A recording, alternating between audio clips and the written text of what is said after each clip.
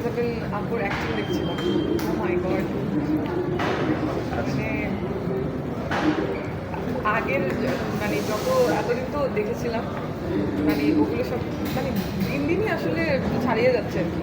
সেটা ছোটো পর্দা হোক আর বড় পর্দা, মানে ডে বাই ডে যেই কাজে দেখছি, মানে একটার পর একটা দেখছি, মানে she is improving more and more. Mehjabin নাটক ছিলেন, নাটক থেকে সিনেমা এসেছেন, এটাও নাটক। কিছুই বলতে পারছি না। আজকে প্রিয় মালতী দেখতে এসেছি, প্রিয় মালতী নিয়ে কথা বলবো। মালতীর কোন অভিনয়টা আপনার কাছে ভালো লেগেছে, যতটুকু দেখেছেন? যতগুলো দেখেছি এর মধ্যে আমি প্রথম ফিল্ম যেটা হচ্ছে ওটিটির, সেটা রেড ড্রাম ছিল মেজাবিন আপুর। সেখানেও হচ্ছে আমি অনেক দিন পরে আপুর একটু ডিফারেন্ট ক্যারেক্টারে অ্যাক্টিং দেখেছি। ওইটা আমার খুব ভালো লেগেছে, গল্প খুব ভালো লেগেছে, আপুর অ্যাক্টিংও খুব ভালো লেগেছিল। তারপর লাস্টে দেখেছি আর আমি আসলে আপুর সবগুলো কাজেই দেখেছি। তো আমরা যেটাই জিজ্ঞেস করবো আমি ওকে অ্যান্সার দিতে পারবো, সো কনফিডেন্ট যে আচ্ছা ওইটা ছিল, ওইটা ছিল। সবচেয়ে ভালো লেগেছে তার কোনটা আছে? সবচেয়ে ভালো লেগেছে আমার যেটা বলেছিলাম রেড ড্রামের অ্যাক্টিংটা খুবই ভালো ছিল আপুর। আরেকটা ছিল সেটা হচ্ছে আশরাফ মাহমুদ ভাইয়ার। আমি ভাইয়াকে কিছুদিন আগে জিজ্ঞেস করছিলাম যে 2টা কখন আসবে, সাবরিনা, সেটাও হচ্ছে ওটিটি ছিল। তো সাবরিনা 1টা আমার খুব ভালো লেগেছে। আচ্ছা, বলবো মেহজাবিনের সাথে জুটি হিসাবে কাকে মানে নাটকে? তাকে মানায় আই থিঙ্ক নিশু ভাই এটা আসলে আমি কাকে বলবো বলে? না, মানে ও আসলে যার সাথে অ্যাক্টিং করে আমার মনে হচ্ছে সবার সাথেই মানিয়ে যাচ্ছে।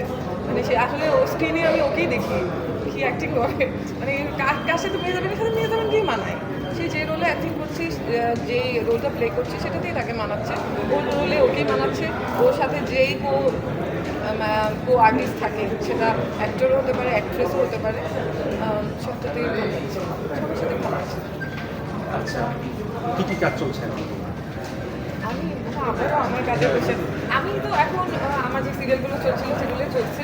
অ্যান্ড সিঙ্গেলের কিছু কাজ, যেহেতু সামনে ঈদ আছে, ভ্যালেন্টাইন আছে, সেটা নিয়ে কিছু কাজ চলছে। আর এই সিরিজই করছি, শো করছি।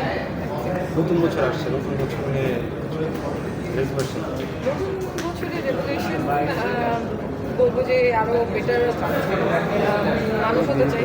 দর্শকের ভালো মানুষ আছে, যাচ্ছি আরও চেষ্টা করছি আরও ভালো মানুষ হওয়ার, বেটার কাজ করার ট্রাই করছি। এই তো রেভলিউশন। এই বছরটা কেমন গেছে? আমার মনে হয় যে বেস্ট ইয়ার আমি কাটালাম 2024। কোন অ্যাঙ্গেল? সেটা কাজের ক্ষেত্রে বলবো যে আমি আসলে চাচ্ছিলাম যে হয়তো কীভাবে জানি হয়ে গেছে, আমি চাচ্ছিলাম এই কাজটা করতে, এটা হয়ে গেছে, এখানে ঘুরতে যাবো, সেটা হয়ে গেছে, মানে 2024টা খুব পজিটিভ গেছে। আচ্ছা, যেমন হচ্ছে যে ওটিটিতে কাজের বিষয়ে অবশ্যই সেটা ওটিটি হোক, যেই প্ল্যাটফর্মই হোক, বড় পর্দায় হোক, ভালো কাজ পেলে অবশ্যই করবো। চরিত্রের ক্ষেত্রে তোমার কোনো ইয়ে আছে এই ধরনের ক্যারেক্টার করতে চাই? আমার মনে হয় যে ডিফারেন্ট কোনো ক্যারেক্টার, চ্যালেঞ্জিং ক্যারেক্টার যদি আমি পাই, আমি অবশ্যই করতে চাবো, যেটা আমি আগে করিনি, যেটা আমার জন্য চ্যালেঞ্জিং হবে, সেটা আমি করারও সুযোগ পাবো, করতে করতে শেখারও সুযোগ পাবো। আরেকটা প্রশ্ন আছে। আচ্ছা, বিয়ে কবে করছে? বিয়ে কবে করছে? ওকে, পার্সোনাল কোশ্চেন, পার্সোনাল কোশ্চেনের অ্যান্সার দিচ্ছি না। আমরা শেষ করি। ঠিক আছে, thank you so much, thank you.